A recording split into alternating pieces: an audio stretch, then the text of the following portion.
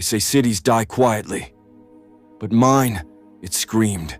Not with bombs or bullets, those came later. It screamed with silence, the kind that settles in your bones and makes you forget what peace ever sounded like. My name's Whisker. I wasn't born here. I drifted in after the third uprising, when the streets were still bleeding and the sky looked like it had given up. I didn't come to fight, I came to watch. That's how I met Zane. He ran a garage on the edge of the old quarter. Didn't talk much. Fixed broken things, cars, radios, sometimes people. He had a limp, a scar across his jaw, and eyes that looked like they'd seen too much and still weren't done. Then came Layla. She was fire in a city of ash. A journalist, but not the kind that hides behind headlines. She asked questions no one wanted to answer. She filmed things no one wanted to see. And she smiled like she still believed in something. She came looking for her brother, Sammy. Disappeared during the second militia purge. No body, no grave, just a name whispered in fear. Zane knew something. I could see it in the way he flinched when she said Sammy's name. But he didn't speak, not at first. Instead, he offered her a job, said the garage needed help. She said she wasn't a mechanic. He said, neither am I. And just like that, they started working side by side, fixing engines, sharing silence. And slowly something began to grow. Not love, not yet, but something softer, something dangerous.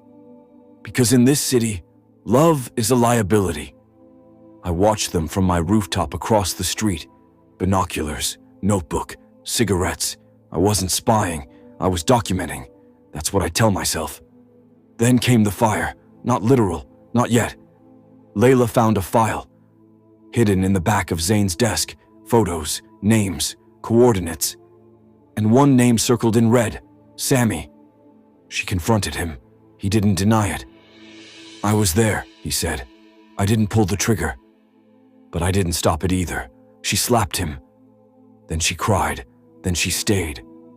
That's when I knew this story wasn't going to end clean, because the militia was watching too. You ever feel the air change before a storm? Not the wind, the silence. That moment when the birds stopped singing and the dogs stopped barking.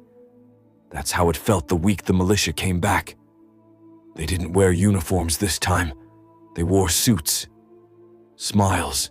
They called themselves the Restoration Front. But I knew the smell of rot when I saw it. Layla had been digging too deep. Her footage was spreading. People were asking questions. And questions in this city are more dangerous than bullets. Zane warned her, told her to stop. She didn't. I'm not afraid, she said. But I saw her hands tremble when she thought no one was looking. Zane started locking the garage at night. He installed cameras, reinforced the doors. But it wasn't the militia he feared. It was the truth. Because Layla had found something else. A name, a file, a mission report from the night her brother disappeared. Zane's name wasn't just mentioned. It was signed. She didn't confront him right away. She waited. Watched him. Tried to reconcile the man who made her laugh with the man who might have helped bury her brother. Then one night, she snapped. I was across the street, listening through a cracked window. You lied to me, she said. Zane didn't deny it. He just sat there, staring at the floor like it held the answers. I didn't lie, he said. I just didn't tell you everything. She threw the file at him, papers scattered like broken promises. You signed the order. You knew what would happen. I didn't know it was him, Zane whispered. I didn't know until it was too late. Layla didn't cry. She didn't scream. She just walked out. And for the first time, Zane didn't follow. That night the garage was quiet, too quiet. I stayed on the roof until dawn, watching the shadows move. And then I saw them. 3 men, no logos, no lights, just purpose. They didn't knock. They didn't speak. They planted something under Zane's truck and vanished. I climbed down, fast, broke into the garage. Zane was asleep on the floor, clutching a wrench like it was a weapon. I kicked him awake. "They're coming," I said. He didn't ask who. He just nodded. We disarmed the bomb. Barely. And that's when Zane made his decision. "We fight," he said. Not with guns, with truth. He wanted to expose everything, the files, the orders, the names, even his own. Layla didn't answer his calls, didn't open the door. So he left her a message. "I was part of the machine that broke this city. But you made me want to fix something. Even if it's just one thing, I delivered it myself." She didn't say a word, just stared at the recorder like it was a ghost. And then she packed her camera. The next day, we met in the old radio station. Dust. Silence. Memories. We planned the broadcast. 1 hour. One truth. No edits. But the militia had ears everywhere. They knew, and they were coming.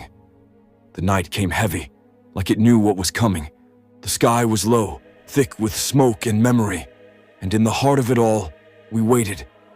The old radio station was falling apart. Cracked walls, dead wires. But it had one thing we needed, a signal. Layla set up her camera. Zane checked the perimeter. I loaded my gun, even though I swore I'd never use it again. We had 1 hour. One chance to tell the truth, to show the city what had been done in its name. Layla started recording. Her voice was steady. Her eyes weren't. She spoke of her brother, of the purge, of the names she found, of Zane. She didn't hide his past, she exposed it. And then she told the world what he'd done since, how he saved her, protected her, stood against the same machine he once served. And then the feed cut, not because of a glitch, because they were here. 6 men, black masks, no words, just bullets. Zane moved first. Tackled Layla to the ground. I fired 2 shots, 1 hit, 1 missed. The room exploded in chaos, dust, screams. I saw Zane take a hit to the shoulder. Layla dragged him behind the console. I covered them. 3 down, 2 fled, 1 remained. He walked in slow, tall, calm, the kind of calm that comes from knowing you've broken people before. He aimed at Layla. Zane stood up, bleeding, barely breathing. "No," he said, "just that." And then he lunged. They crashed into the wall, fists, blood. I ran out of bullets. Layla grabbed the camera, turned it on, live. The fight spilled into frame. Zane was losing, but he didn't stop. And then, a pipe, a swing. Silence. The man fell. Zane collapsed. Layla screamed his name. I pulled her back, checked his pulse, weak. But there. The feed was still live. The city was watching.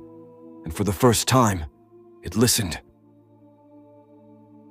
Epilogue. The echo weeks passed. The militia fractured. Some fled. Some were arrested.